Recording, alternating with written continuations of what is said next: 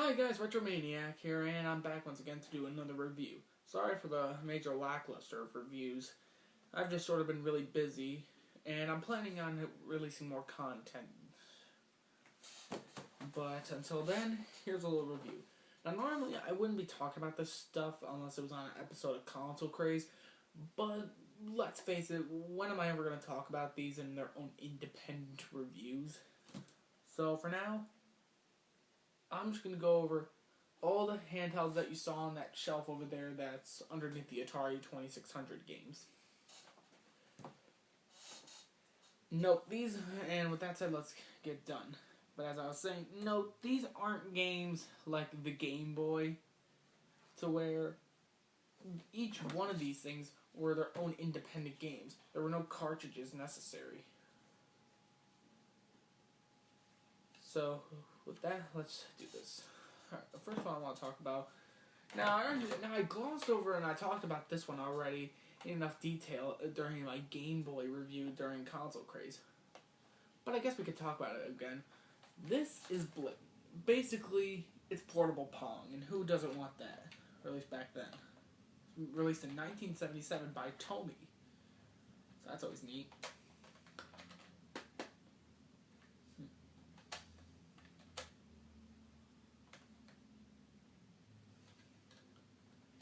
Perhaps the batteries are dead, maybe? Perhaps? There you are. And the light, it sort of just sits in there.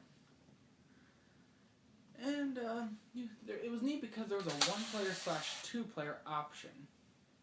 You would orientate it to where the point meter, where if you're serving, then you make the other person have an R on there. And that way when you flip it and pull the switch to serve, it doesn't give them a point. And yeah, you just gotta guess where the ball is gonna go before it reaches there. If you want to see more of it, go watch Console Craze where I talk about the Game Boy, and you'll be able to see the gameplay with what little there is.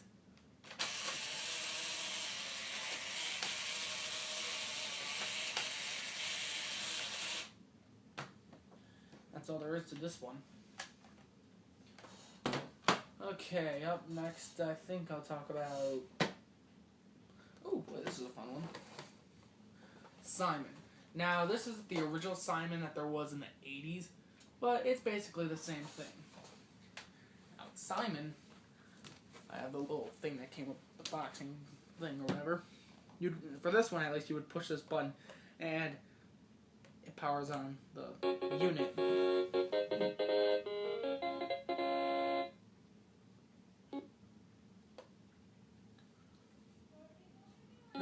This one's more of a touch screen one, to where you just gotta really swipe it.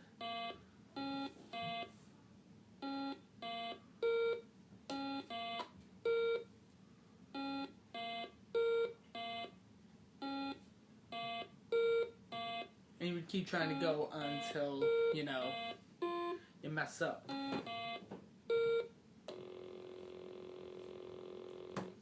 Very simplistic.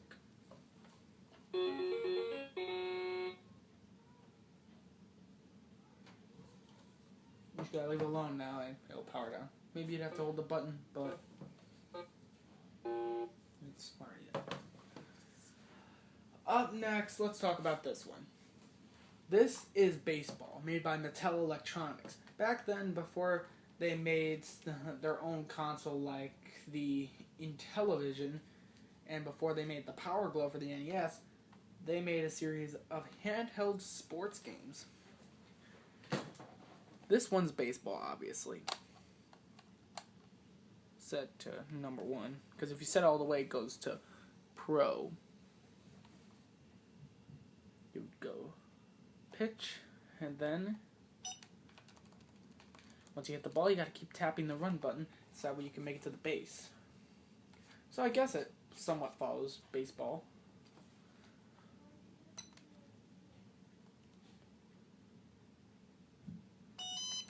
Oh, the whole field's lighting up. That means I got a home run, meaning I just gotta run.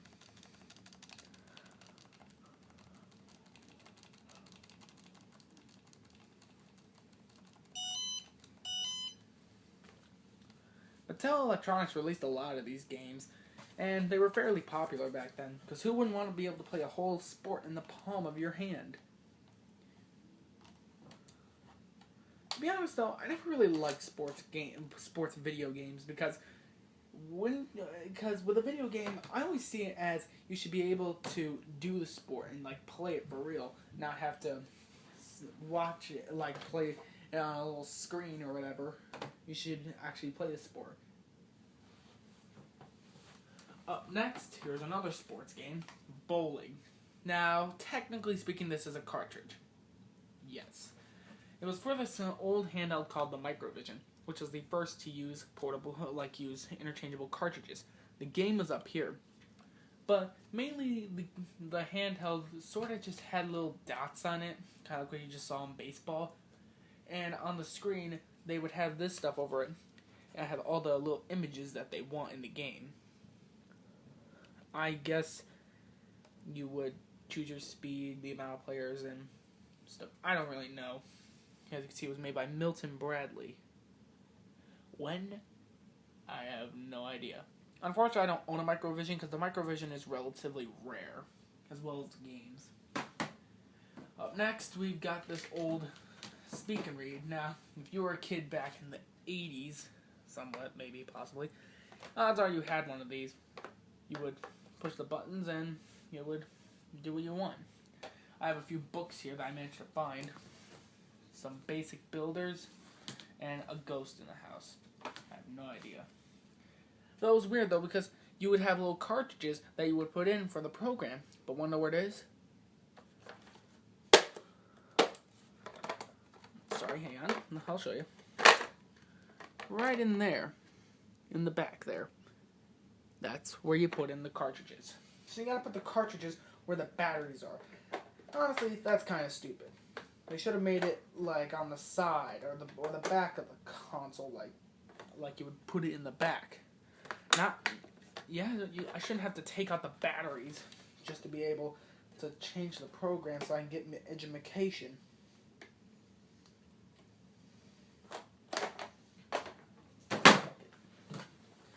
Now I have one program with it. I have one game for it. Wanna know what it is? You really wanna know?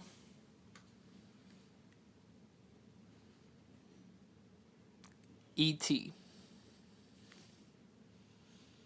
Why does I get a vibe that this would actually be better than the Atari game? Okay. Up next we've got Melody Madness. This one's in the style of an old jukebox that you would see at the soda shop, if you know what I'm saying. Alright. Let's turn this thing on. Where is it? Alright, here it is. Whoa. And then, I don't know, I guess we'll hit the note. And now basically you have your own little portable piano, I guess, because you hit one in.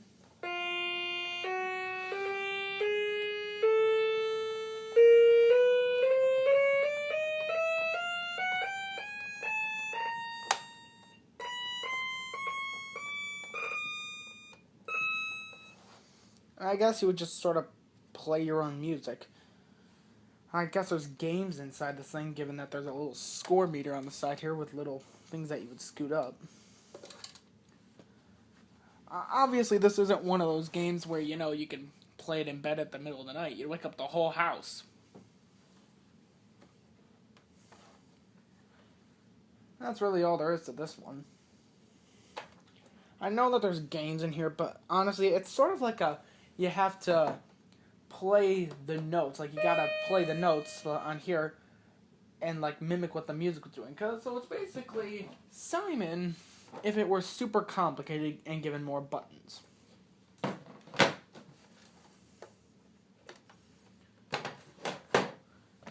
Okay. Up next we have Pac-Man, but I think I took out the batteries. Yeah, I did. If you were to play this actually follows the game. I kid you not. It follows the gameplay and the map better than Pac-Man on the Atari 2600. The maze actually looks like the maze. It's not some sort of maze like in the Atari version where they just came up with it on their own. It actually looks like the real maze from the actual arcade game. Unfortunately, my older brother lost the joystick, so I had to grab a Q-tip and just put it in there, and it's kind of awkward to work with. But yeah, I took out the batteries because I didn't want battery acid spilling out in that thing. Sorry. And right here's the instructions for it. Because, you know, a little handheld like this clearly needs instructions. Tells you the points. So, yeah, that's always nice. Okay. Up next is Battle Beat 'em On, which I think was based off of some Japanese toy or TV show back then. I remember getting this thing like a long time ago. All the buttons you see are here. This button, and this button. This button, that's just what I'm going to call them. The one on the bottom actually works as the power on, power off, and the action button.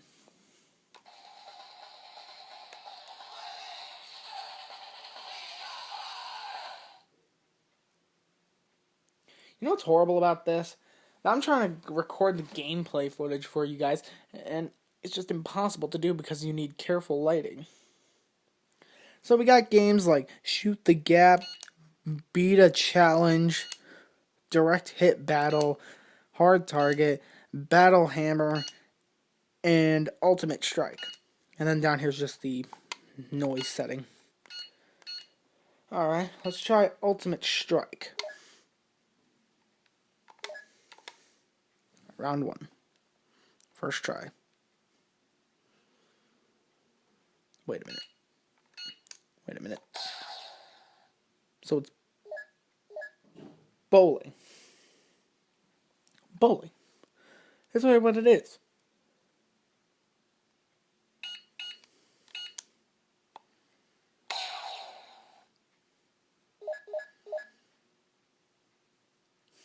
Well, that's just stupid. You would hold the button down, and that's how you get out of the game. Shoot the gap. Alright.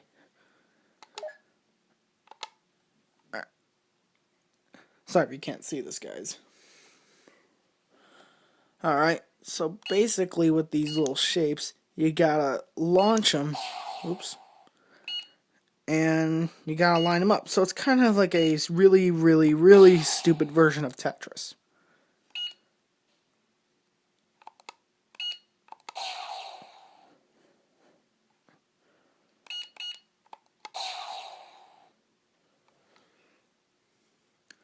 Overall, this game is done. Alright, Beat a Challenge. Let's see what we're working with here.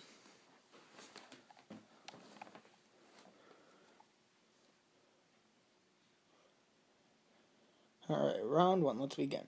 Okay, so I get the point. The goal of the game is to launch the little ball thing you have here into the hole.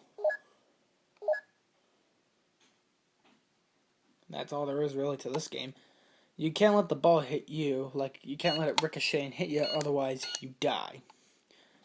Direct hit battle. Okay, let's see what we're working with here.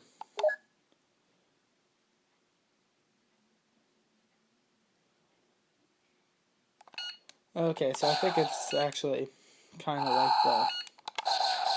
This is what I'm going to do. I win. So basically, it's what the show or toy or whatever was basically about. Hard target, okay. Let's see what we're working with here.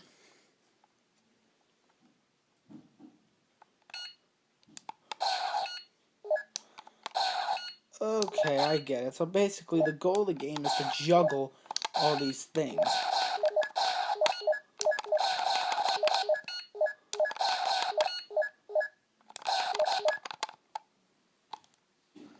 that's just ridiculous. Battle Hammer. Alright. I hope you all can see this. Oh no, don't tell me it's... Oh no. Okay, so this one basically is just asteroids, if it were terrible. So basically that one's just asteroids. I think that's all of them. Yep, that's all the games on here. So you close it and hold that down, and it shuts it off. Well, golly gee willikers, that was fun.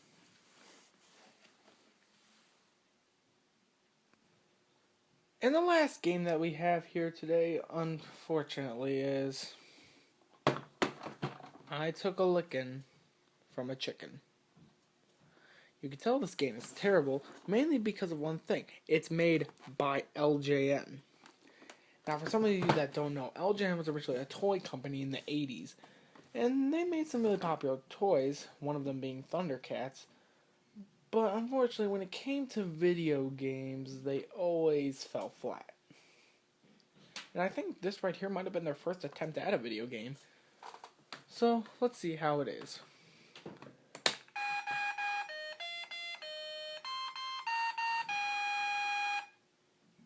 Well, no, that's just obnoxious if you ask me. Alright, to select the game, you push one of the keys down here. Because this inevitably is just playing tic-tac-toe with a robo-chicken. Alright, we'll go with 2.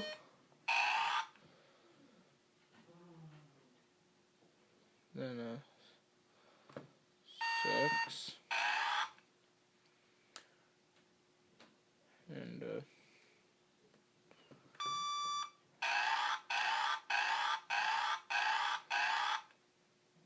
what? Oh well, let's try this again.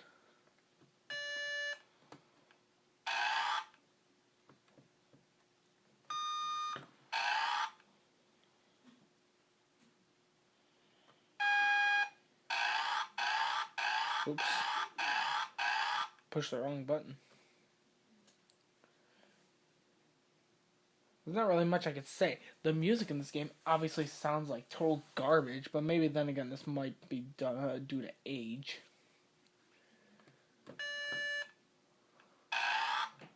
Alright.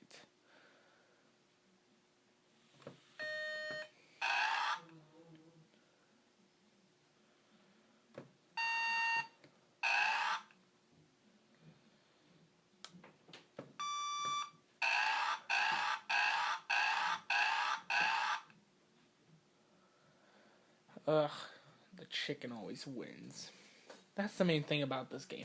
This is the smartest chicken alive.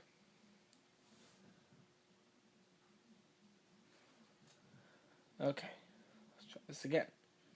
Just one more time.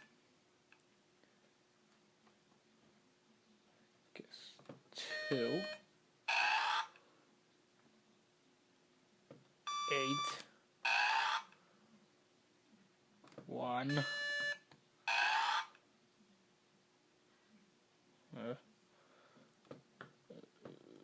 6.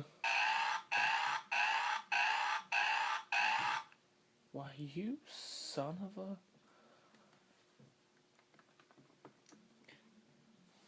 I can't believe I'm getting my butt handed to me by a bird. A plastic bird.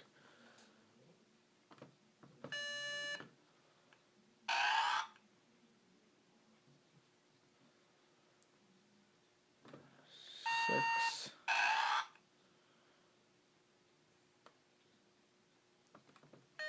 2. Stop him. 4. Wait. Oh, darn it. Either way, if I hit... Because if I pick 4, then he's going to pick 5. And if I pick 5, he's going to pick 4. The chicken always wins. Always wins. Is that supposed to represent a chicken going buck, buck, buck? Because it sounds horrible. It sounds like, yeah, you know what? Actually, wait, I'm mistaken. This does sound like a chicken going clucking. But let me tell you what kind of chicken. It sounds like a chicken that's in a computer from the 80s and is getting pooped out.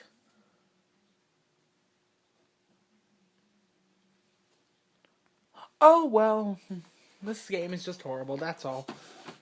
So overall, this game is just horrible. It's obnoxious to listen to, and, well, I think the music in the beginning pretty much sums it up.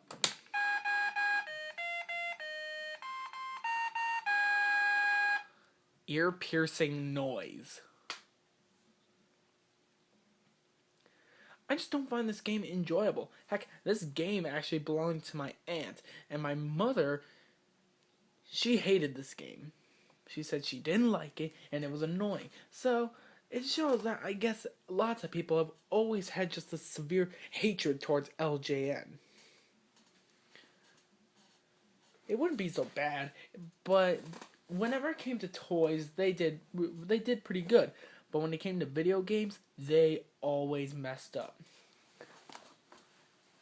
They made a few games on the good old school NES.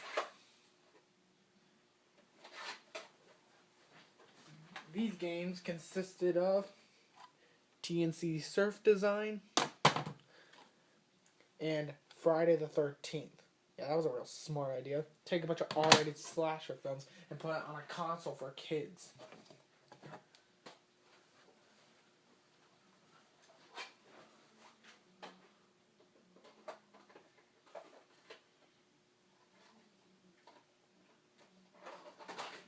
Overall, that's pretty much all I have in the line of handhelds. I just thought I'd look over these mainly because I don't see myself individually reviewing each and every one of these games. Don't get me wrong, some of these were pretty enjoyable and were really nice for the time, whereas other ones did terrible. And with that said, I'm the Retro Maniac, and expect a new video to be coming out soon of higher quality. Or at least as good enough quality as I can give you. Take care, and I'm gonna go destroy this thing.